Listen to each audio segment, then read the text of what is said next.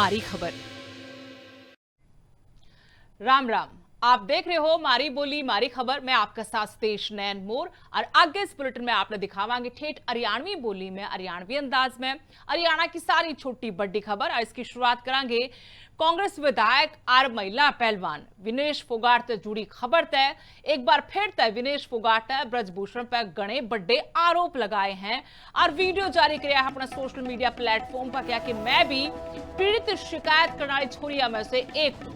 अपने social media पर video में सारी की सारी बात बताई है विनेश ने, क्या कि गोंडा में होने वाले टूर्नामेंट पर सवाल उसकी तरफ उठाए गए। क्या कि गोंडा में सीनियर ओपन रैंकिंग कुश्ती टूर्नामेंट होने लग रहा है।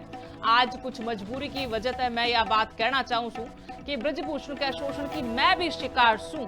उसका घर जाकर कुश्ती लड़ना मेरे खातर औखा काम से मन नहीं लगता कि मैं अपना पूरा खेल दिखा पाऊंगी, पूरा जोर ला पाऊंगी। एक छोरी खातर ये काम बहुत बड़ा मुश्किल हो है। खिलाड़ियों की सुरक्षा ने लेकर भी चिंता जताई है विनेश फोगाट ने और कहा है कि जे कुछ भी होया उसका गेल तो उसकी सारी जिम्मेदारी सरकार की होगी।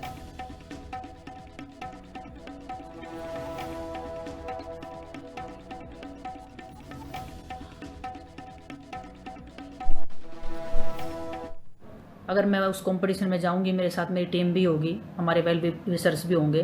किसी के साथ में कोई दुर्घटना अगर होती है तो मैं आप सबको बताना चाहती हूँ कि उसकी सीधी सीधी भारत सरकार जिम्मेदार होगी। मैं आप सबके साथ वीडियो के माध्यम से कुछ बातें साझा करना चाहती हूँ। ये टूर्नामेंट जहाँ पे ऑर्गेनाइज करवाया जा रहा है वो गोंडा यूपी, जहाँ पे ब्रजभूषण का घर है, उसका खुद का प्राइवेट कॉलेज है, वहाँ पे इस कॉम्पिटिशन को ऑर्गेनाइज करवाया जा रहा है। वहाँ पे मेहनत करने वाले हर खिलाड़ी को उसका हक मिलेगा। ये बड़ा नामुमकिन और बहुत इम्पॉसिबल चीज़ है और सरकार और हमारा खेल मंत्रालय मुख्य दर्शक बन के इस चीज़ को देख रहे हैं। कोई खिलाड़ियों की मदद के लिए आगे नहीं आ रहा है। मानो कि उन्होंने उसको फ्री हैंड दे रखा है ब्रजभूषण को कि तुम जो चाहे करो, चाहे तुम महिला पहलवानों के साथ में कुछ करो, चाहे तुम कुश्ती जगत के साथ में कुछ भी करो, हम तुम्हारे साथ में खड़े हैं। कुछ मजबूरियाँ ऐसी है कि मैं आप सबको बताना चाहती हूँ। मैं अभी नहीं बोलना चाहती थी कि कोर्ट में केस पेंडिंग है, देश के सामने सब सच्चाई आ जाएगी, लेकिन मैं बताना चाहती हूँ कि मैं उन 6 में से एक विक्टिम मैं खुद हूँ जिसने कंप्लेंट दी थी और हमारी गवाहियाँ भी चल रही हैं। इतनी मुश्किल सिचुएशन में हम एथलीट पहले ही हम इतना मेंटली हमारे पर प्रेशर होता है, अपनी टीम की उम्मीदें होती हैं, पूरे देश की उम्मीदें होती हैं कि हम कितना अच्छा करेंगे। उसके बाद भी वहाँ पे मेंटली जाके मैं अपना 100% दे पाऊँगी, मुझे नहीं लगता। बड़ा टफ एक लड़की के लिए काफ़ी मैं बोलूँगी बहुत ही मुश्किल होता है ऐसी सिचुएशन में जाके कॉम्पीट करना, और वो हर खिलाड़ी मेरे से रिलेट कर सकता है जो इस सिचुएशन से गुजरता है। अगर मैं उस कंपटीशन में जाऊंगी, मेरे साथ मेरी टीम भी होगी, हमारे वेल विशर्स भी होंगे। किसी के साथ में कोई दुर्घटना अगर होती है तो मैं आप सबको बताना चाहती हूँ कि उसकी सीधी सीधी भारत सरकार जिम्मेदार होगी। मैं और हरियाणा की राजनीति में शब्दों की जंग छिड़ रही है और नया बवाल शुरू हो रहा है। एक मंच तक दिया गया बयान इब बड़ा राजनीतिक भूचाल बनता जा रहा है। रेखा शर्मा की टिप्पणी ने न सिर्फ विपक्ष ने मौका दे दिया बल्कि अपनी पार्टी के भीतर सियासी दरार भी इब बढ़ती जा रही है। पूर्व मुख्यमंत्री स्वर्गीय चौधरी बजनलाल तई लेकर जो बयान दिया था वो मामला तूल पकड़ता जा रहा है और ये मामला सीधा सीधा पार्टी के भीतर टकराव की स्थिति तक पहुंच लिया है। कुलदीप बिश्नोई खुल कई मैदान में आए हैं और अपनी पार्टी के नेता तई चुनौती दी है और साफ तौर पर कहा कि रेखा शर्मा माफी मांगे, नहीं तो फिर वो अर्श तक फर्श पर लाना भी जाना है। ये रिपोर्ट देखो।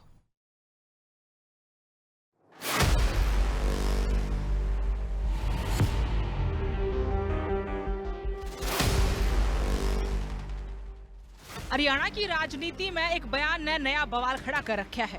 रेखा शर्मा का एक बयान तय सियासी पारा घना ऊपर चढ़ लिया है, जिसमें उनने पूर्व मुख्यमंत्री स्वर्गीय चौधरी बजनलाल ने लेकर एक विवादित टिप्पणी करी थी। बड़े मंच तक दिए इस बयान का पाछे प्रदेश की राजनीति में आरोप प्रत्यारोप का दौर तेज हो गया है। आपने बता दिया कि राज्यसभा सांसद रेखा शर्मा ने पंचकुला में भाजपा तय मेयर पद के उम्मीदवार श्यामलाल बंसल के वोट मांगते टेम पिछले दिनों मंच तक गया था। श्यामलाल बंसल ने वो टेम भी देखा है जब एडा कांग्रेस की बदमाशी थी, जड़ भजनलाल और चंद्रमोहन की बदमाशी थी। पूरी तरह बदमाशी करके ये इलेक्शन जीत्या करती। भजनलाल का नाम लेने से पहला रेखा ने बंसीलाल का भी नाम लिया था, फिर वह बीच में रुक गई।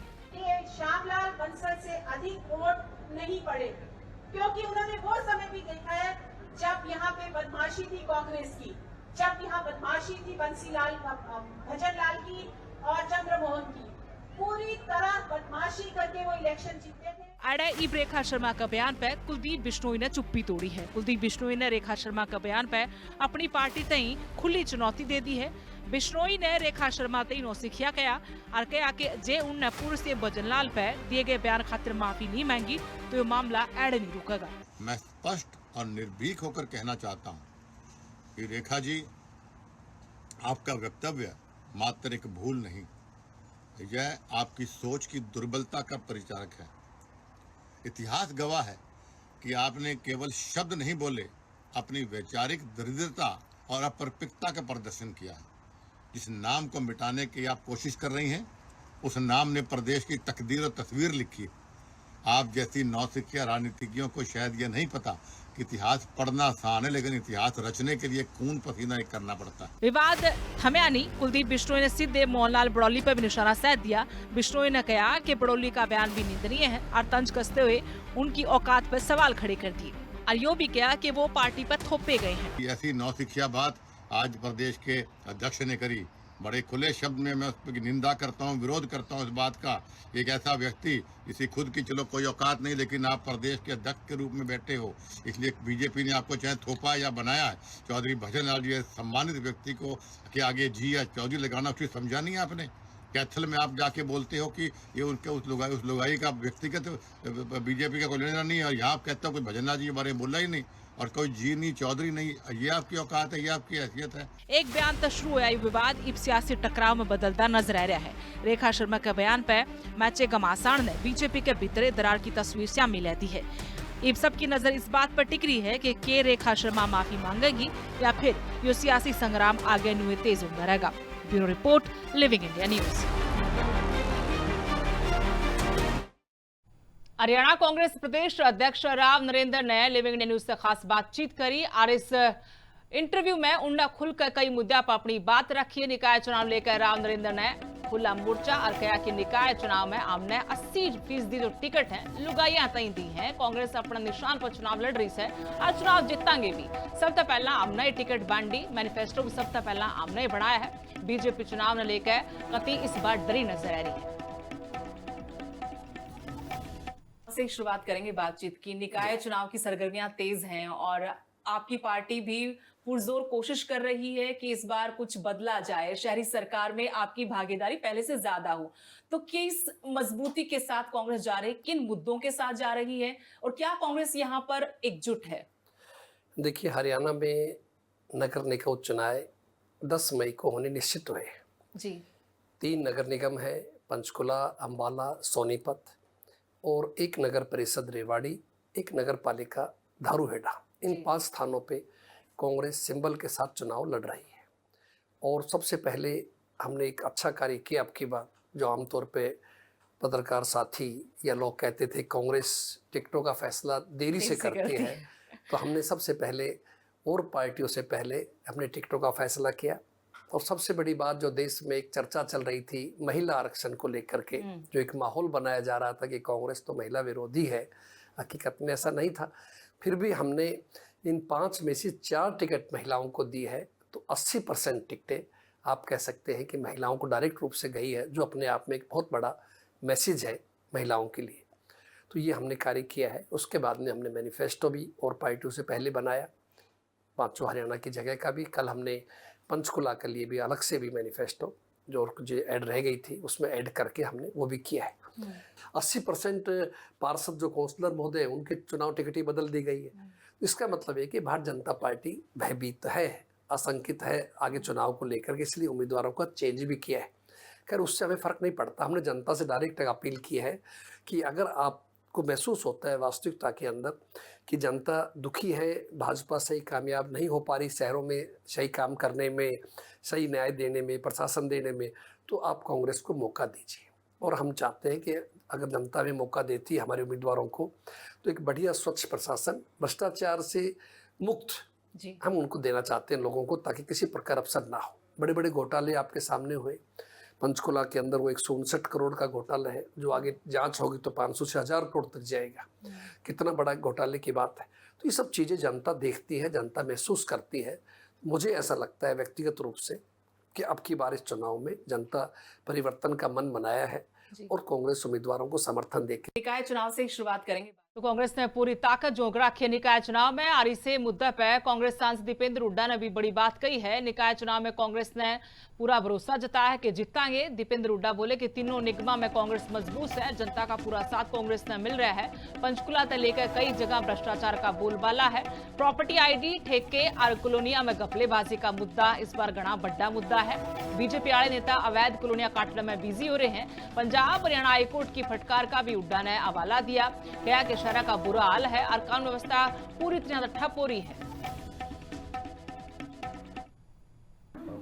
निगम चुनाव में हमें पूरा विश्वास है कि कांग्रेस पार्टी का अच्छा प्रदर्शन रहेगा और तीनों निगमों में बेहतरीन प्रदर्शन रहेगा। और निगमिनी परिषदों के भी चुनाव हैं और कुछ पालिकाओं के भी। बहुत से ऐसे मुद्दे हैं जो आज हमारा हरियाणा का शहरी नागरिक जिनसे त्रस्त है। सबसे बड़ा है भ्रष्टाचार का। निगमों में जितना बड़ा भ्रष्टाचार, बड़े बड़े घोटाले, सबसे बड़ा घोटाला तो पंचकुला में ही आया। जनता का पैसा खा भी गए और डकार भी नहीं मारी, गायब भी कर दिया। बाकी हर निगम में, चाहे वो एनओसी को लेकर हो, चाहे वो नो ड्यू सर्टिफिकेट को लेकर हो, चाहे वो प्रॉपर्टी आईडी को लेकर हो, चाहे वो ठेकों को लेकर हो, सफाई के ठेकों को लेकर हो, सड़क के ठेकों को लेकर हो, हर तरीके से बहुत बड़े व्यापक घोटालों को अंजाम देने का काम भाजपा से जुड़े हुए नेताओं ने किया है। यही नहीं, शहरी अर्बनाइजेशन में सबसे बड़ा काम भाजपा के विधायकों का, नेताओं का कॉलोनियाँ काटना हो गया है। पूरे प्रदेश में जनता कष्ट का जीवन काट रही है, ये लोग कॉलोनियाँ काट रहे हैं। और ये हाईकोर्ट ने भी कहा, पंजाब एंड हरियाणा हाईकोर्ट ने 3-4 दिन पहले आपने देखा होगा, उन्होंने भी टिप्पणी करी। तो ये स्थिति बन गई। केवल भाजपा के विधायकों का काम ही ये रह गया, उनकी महारत केवल कॉलोनियाँ काटो और जनता का पैसा लूटो, भ्रष्टाचार से अपना घर भरो और जनता को भूल जाओ। अहंकार में, घमंड में उनकी आंखें बंद हो गई हैं। जनता दिख नहीं रही, शहरी विकास दिख नहीं रहा। आज हर शहर दुर्दशा का शिकार है। कहीं सफाई व्यवस्था की कमी, कहीं सीवरेज पानी की कमी। तो आज इन सारे मुद्दों को लेकर हम चुनाव लड़ रहे हैं।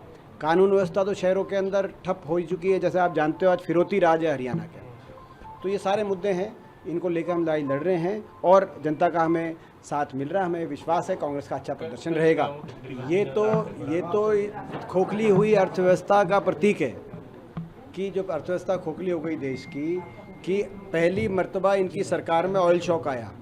पहली मर्तबा $100 से ऊपर पहुंचा कच्चे तेल का रेट। और आपने देखा LPG 1000 पे पहुंची हुई है। डीजल पेट्रोल की बढ़ने का पूर्वानुमान किया जा रहा है कि किसी भी दिन बढ़ सकता है। हमारे समय, यूपीए की सरकार के समय $150 प्रति बैरल कच्चा तेल अंतर्राष्ट्रीय बाजार में रहा और 7 साल रहा 100 से ऊपर। लेकिन उस समय रुपया 50 रुपये पे था प्रति डॉलर। उस समय पेट्रोल 60 पे था और डीजल 40 पे था। ये मजबूती थी आर्थिक मजबूती। तो आज ये आप देख रहे हैं, तो ये जनता महंगाई से त्रस्त है। और पंचकुला नगर निगम चुनाव था पहला हिंसा हुई है। पंचकुला वार्ड 9 में माहौल गरमा गया। आधी रात ने लठम लठ लोग हो गए। ऐसे आसपास के लोग पूरी तरह से सहम गए, डर गए। बीजेपी और निर्दलीय समर्थकों के बीच में भिड़ंत हुई है। अरिंदर मलिक और ममता रविकांत स्वामी के गुट बता के आमी सामी हो किसी बात न लेकर। बात में इतनी बात बढ़ गई कि कई जने लहू लुहान हो गए। जिनका चोट लागी से उनका सरकारी अस्पताल में इलाज करवाया जा रहा है। दोनों पास से एक दूजे पे कसूते आरोप भी लगाए गए हैं। पुलिस मामले की जड़ तक जान खातर सीसीटीवी फुटेज भी देखने लग रही है। निर्दलीय उम्मीदवार ने आरोप लगा कि मेरे छोरे के साथ मारपीट करी गई। भाजपा उम्मीदवार ने कहा कि सारे आरोप सरासर झूठे हैं, बेबुनियाद से। चुनाव सर पैंदे वार्ड में राजनीति उफान पैजे है और इस बार कुछ ज्यादा होगी और लोग लठम लठ हो गए।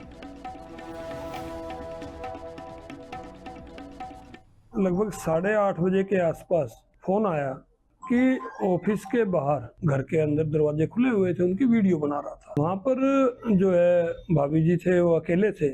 जब उन्होंने देखा कि वहां पर कोई अनजान व्यक्ति खड़ा होकर के ऐसे वीडियो बना रहा है, खड़ी थी वो बाइक छोड़ करके तीनों पैदल ही वहां से भाग गए। जब योगिंदर जी यहाँ पर आए तो उसको बाहर निकाला, भाई तू घर के अंदर किस लिए आ सकता है, बाहर चलो यहाँ से। और जब विरोध किया, उसको मना किया, तो वो यहाँ से भाग गया। और उसके बाद उसके पिताजी वो कुछ असामाजिक तत्व को लेकर के यहाँ पर आ गए और इस तरह का माहौल उन्होंने खराब करने का प्रयास किया। जब मैं लगभग 20 मिनट के बाद मैं यहाँ पर पहुँचा तो मेरे साथ भी इस तरह की बात हुई, ऐसे बताओ, ऐसे करो, ऐसा है, वो बदतमीजी कौन होता है, क्या है। मैंने कहा भैया मैं तुम्हारे से कोई बात ही नहीं करता, तुम यहाँ से जाओ। और मैं आकर के अंदर बैठ गया, परंतु उसके बाद भी वो लोग गए नहीं। यहाँ पर वो माहौल चुनाव का खराब करना चाहते हैं। अधिकतर लोगों को उसकी कारगुजारियों की जानकारी है। इसके किसी दोस्त की मोटरसाइकिल का एक्सीडेंट हो गया था, ये वहाँ पे गया तो इसने उसकी मोटरसाइकिल की फोटो खींची अपने मोबाइल से। इन बिटवीन अंदर से विनीत मलिक जो कि होमगार्ड में कार्यरत है, तो उन्होंने इसके थप्पड़ मुक्के मारने शुरू कर दिए। ये भागा तो इसके पीछे भाग के भी मारा है। तो मैं ठीक है, मैं वहाँ पे फटाफट पहुँचा तो इसने बताया, बोला पापा मुझे इन्होंने 10-12 थप्पड़ और पेट में मुक्के मारे हैं। हम 5-7 लोग गए और इसको जबरदस्ती खींच के बाहर लाने लगे तो मुझे भी धक्का मारने लगे, बोला अंदर करो, कौन है ये, कौन है ये। हमने मेडिकल करवाया, हम 2-2:30 बजे रात को आए। मैंने पुलिस को ये बताया क्योंकि इनको इंजेक्शन वगैरह दिए गए थे, मे भी शायद नींद के भी होंगे उसमें, पेन किलर के साथ। मैं चाह रहा हूँ कि भाई जब ये एक प्रत्याशी के ऊपर हाथ उठा रहे हैं, उसकी पूरी फैमिली पे उठा रहे हैं, उनके सिर फोड़ रहे हैं, मार रहे पीट रहे हैं, तो ये आम आदमी को तो घर से निकाल के पीटेंगे जीतने के बाद। दोनों पार्टियों का एक विवाद हुआ है तो उसके हम सीसीटीवी वगैरह लेके जो भी फैक्ट्स के ऊपर वेरीफाई कर रहे हैं और फैक्ट्स वाइज जो भी लीगल कार्रवाई बनी वो करेंगे इसके अंदर। और दूसरा हम लोगों से अपील भी ये करते हैं कि इससे छोटे छोटे विवादों को राजनीतिक पे ना बनाएं और अपना राजनीतिक पर्व है, इलेक्शन है, उस पर्व में भाग लें और शांति बनाए रखें। जहाँ अभी कंप्लेंट्स कुछ आ गई हैं, कुछ आ रही हैं, तो उसके हिसाब से जो लीगल प्रोसेस की कार्रवाई है, सीसीटीवी फुटेज है, उनका अवलोकन के बाद जो भी लीगल कार्रवाई बन रही है वो हम एक्शन लेंगे और किसी भी अशरारती तत्व को बख्शा नहीं जाएगा। खबर गुरुग्राम तहत जुड़ा सिंगर फाजिलपुरिया के मैनेजर पर हमला हुआ है। इवेंट ऑर्गेनाइजर सौरभ यादव पर रात ने अंधाधुंध फायरिंग करी गई। बाइक पर आए बदमाशा ने ताबड़तोड़ गोली चलाई है। इस हमले में सुरक्षाकर्मी कुलविंदर घायल हो गया है, गोली छू कर निकली है। वेदांता अस्पताल में इसने भर्ती कराया गया। डॉक्टर ने बताया कि हालत खतरे से बाहर है। सेक्टर 45 के कन्हई गांव में यह वारदात हुई है। पुलिस ने सारा इलाका घेर कर जांच भी शुरू कर दी है। सीसीटीवी फुटेज खंगाले जा रहे हैं, बदमाशा की टोच जारी है। रुपया का लेन देन का मामला ये पूरा बताया जा रहा है। इससे पहले फाजिलपुरिया पर 2 बार हमला हो लिया, बाल बचे थे और सुरक्षा वापस हुई तब भी हमला हुआ था। इस सुरक्षा भी मांग करी गई थी, लेकिन ये आपस का लेन देन का मामला बताया जा रहा है। पहला भी उन्होंने जान का खतरा बताया था और ईब फिर तय जिस तरह तय उनका साथी पर हमला हुआ है जो मैनेजर बताया जा रहा है, उस तय यह बात एक बार फिर तय और ज्यादा गंभीर नजर आने लगी। 40 पुलिस स्टेशन में एक इन्फॉर्मेशन सेक्टर 45 के एरिया में कन्हई के आसपास एक मकान के बाहर गोली चलने के बारे में आई थी। पुलिस की टीम स्पॉट पर गई थी, जहां पाया गया था कि एक सौरभ नाम के व्यक्ति का वो मकान था। उसके बाहर 2 बाइक सवारों के द्वारा कुछ गोलियां चलाई गई थी। इनमें से जो 2 बुलेट है, एक हमारा पुलिस का जवान था जहाँ ड्यूटी पर था, उसके हाथ और पैर में कुछ मामूली चोटें उनमें आई थी, जो कि प्राइवेट हॉस्पिटल में उसका उपचार चल रहा है, जिसकी खतरे से बाहर है फिलहाल और जल्दी ही वो हॉस्पिटल से डिस्चार्ज हो जाएगा। स्थिति उसकी बिल्कुल स्थिर है और बिल्कुल ही खतरे से बाहर है। जज्जर में बड़ा भयानक हादसा होया है। ये सड़क हादसा हुआ है। रोड़ी तो भरा कंटेनर पिकअप पर पलट गया। पिकअप में बैठे यूपी के 3 पशु व्यापारी इसका नीचे दब गए। जेसीबी की मदद तक इस तरह ये बाहर काटे गए। ड्राइवर के साथ तीनों बाहर काटे। पुलिस ने घड़ी माथापच्ची के बाद जान बचाई है। हादसे के बाद दोनों गाड़ियां तय सीएनजी लीक होने लगी। पुलिस की फुर्ती तय एक बड़ा खतरा टाला गया।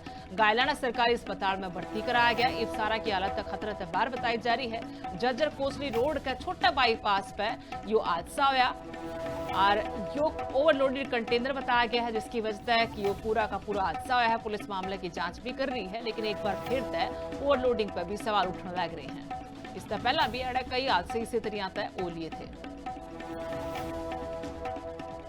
इधर से जा रही थी ये गांव में फेरी मारने के लिए। कौन से गांव में? इधर रहिए डावले की तरफ। फिर ये ट्रक कैसे पलटा? ट्रक पल्ली तरफ से आ रहा, बताऊँ इधर से जा रहे, बताऊँ। कितने बंदे थे पिकअप में? 3।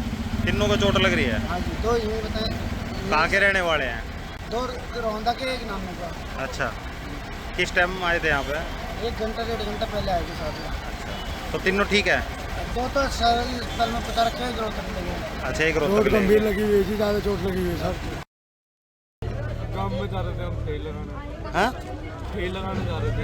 अच्छा, कौन से गांव में? इधर गाँव में। यहाँ क्या करने के लिए आए थे? यहाँ तो बस खड़े हुए थे, चाय पीने के लिए जा रहे थे। एकदम गाड़ी वाला आया एकदम टक्कर मारा। अच्छा, तो इसमें कितने बंदे थे तुम? 3 थे, एक लग गया, 2 अंदर थे, उन्हें निकाल दिया। अच्छा।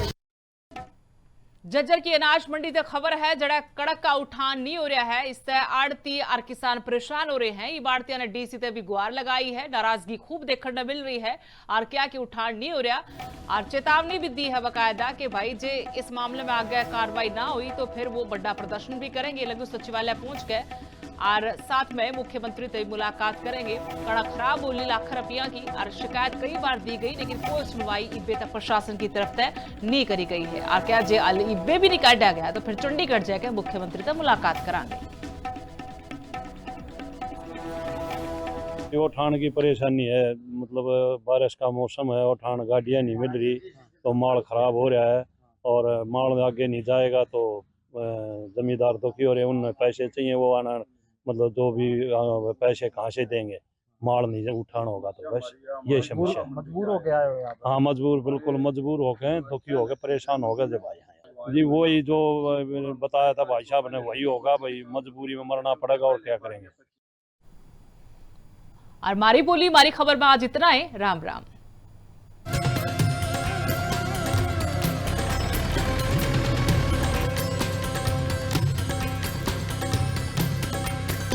मारी बोली मारी खबर।